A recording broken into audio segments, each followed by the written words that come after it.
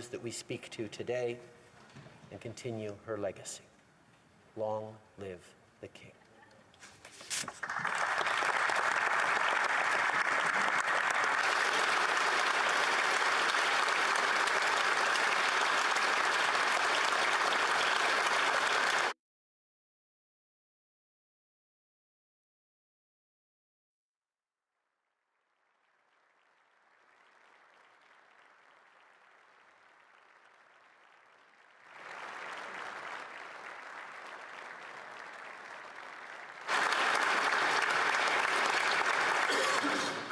The Honourable Leader of the Official Opposition. Today, the House of Commons is reflecting upon the exceptional life of Her Majesty Elizabeth II, Canada's Queen, our Queen, for roughly 70 years. She was our head of state, but also a servant of the Canadian people. She was a model for all those who work for the public service. Us that for all the pomp and circumstance, the real work of governing is not glamorous. It often requires putting aside egos, keeping our heads down, and keeping on with the job. Her humility reminded us that government is not about us. It is about those we serve. We are indeed servants and not masters.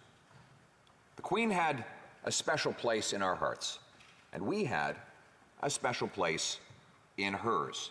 She spent a more official time here in Canada than in any other country save the United Kingdom.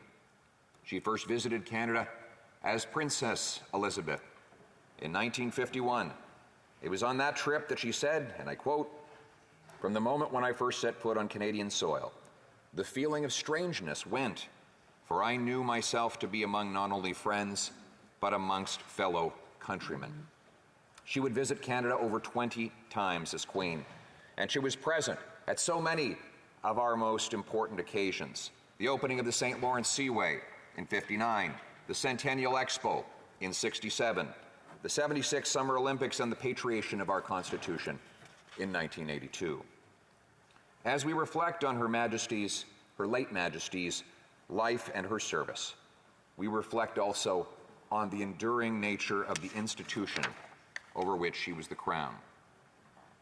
On her visit to Canada in 1951, then Princess Elizabeth planted an oak sapling in Vancouver.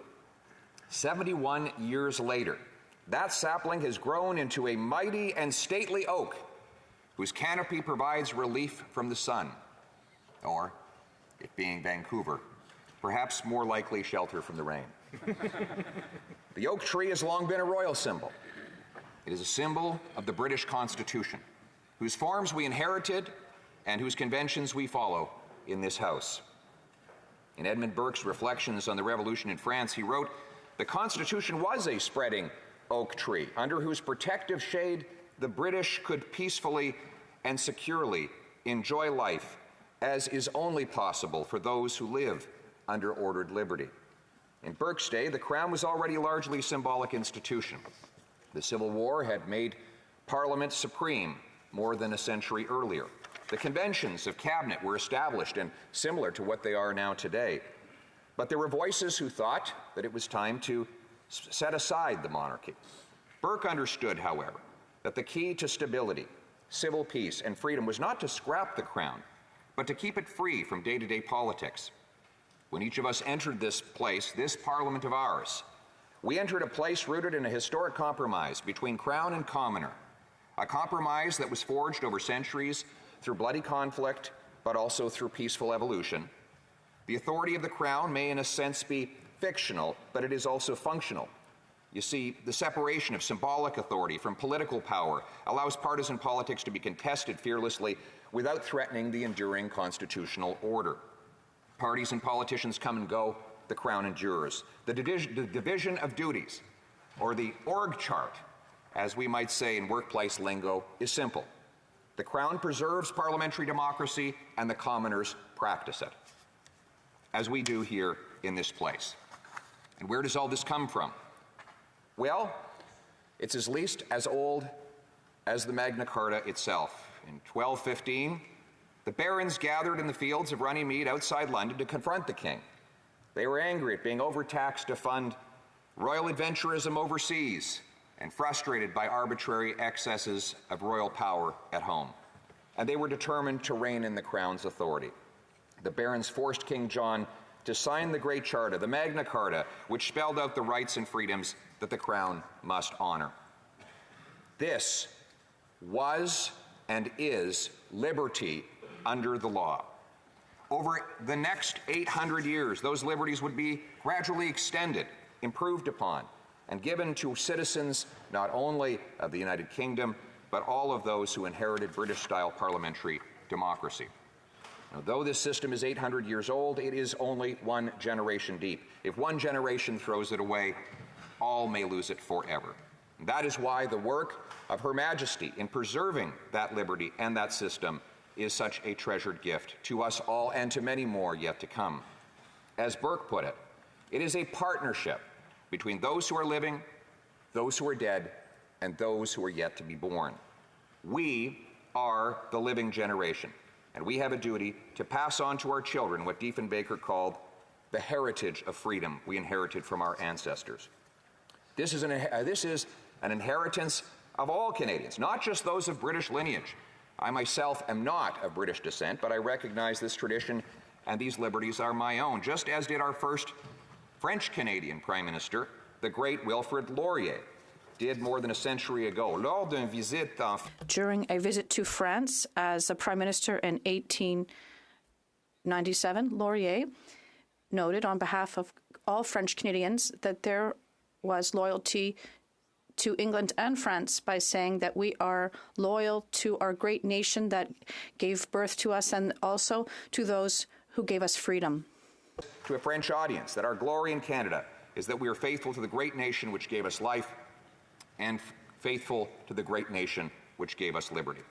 And when the Queen spoke at the patriation of our Constitution in 1982, at a ceremony not far from where I stand and where all of you sit today, she said, "The genius of Canadian federalism lies in our consistent ability to overcome differences through reason and compromise. That ability is reflected in the willingness of ordinary people of French-speaking and English-speaking Canada and of all regions to respect each other's rights and to create the conditions together under which all may prosper in freedom."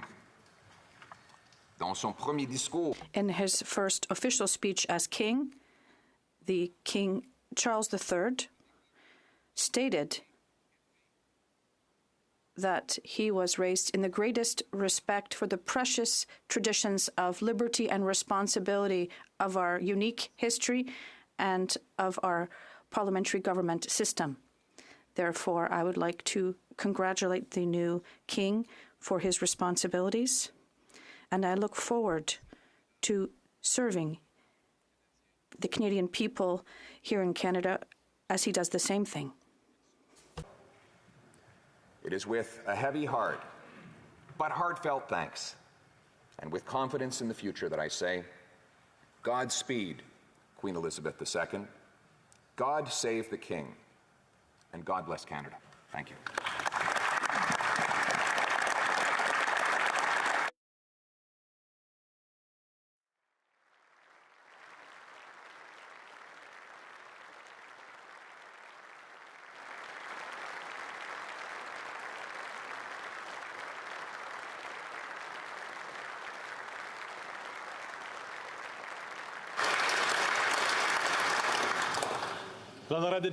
The Honourable Member for Belleuil-Chambly.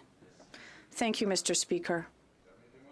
Allow me first to express quite simply the condolences of the Bloc Québécois, of its employees as well, to anyone who is grieving after the death of Queen Elizabeth II. It's not something we do as nationalists and sovereignists without great reflection amongst ourselves. Everyone has their own sensibilities, and this means that we need to pay particular attention to history. The history between the Crown and the Quebec nation is both thorny and cruel. History